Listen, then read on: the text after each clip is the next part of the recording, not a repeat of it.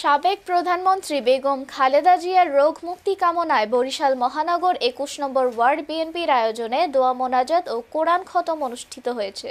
মঙ্গলবার ২ ডিসেম্বর নগরীর কবরস্থান রোডের গার্লস গাইড অ্যাসোসিয়েশনের সামনে এ দোয়া ও খতমের আয়োজন করা হয়। এতে প্রধান অতিথি ছিলেন মহানগর বিএনপির সিনিয়র যুগ্ম আহ্বায়ক আফরোজা খানম নাসরিন।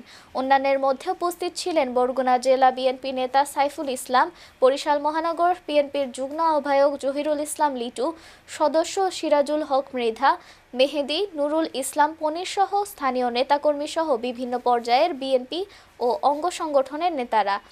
এতে কোরআন তেলাওয়াত, দোয়া এবং খালেদা জিয়ার সুস্থতা কামনায় বিশেষ মোনাজাত করা হয়। দোয়া মোনাজাত পরিচালনা করেন হাফেজ সাইফুল ইসলাম।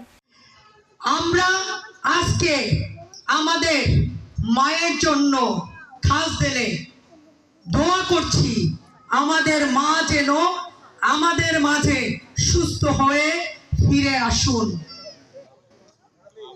আপনারা জানেন, দেশের ক্লান্তি লগ্নে তিনি বহুবার তার আপোষহীন নেতৃত্বের প্রমাণ দিয়েছেন। তিনি সংকটে আমাদের সবাইকে সাহস জুগিয়েছেন।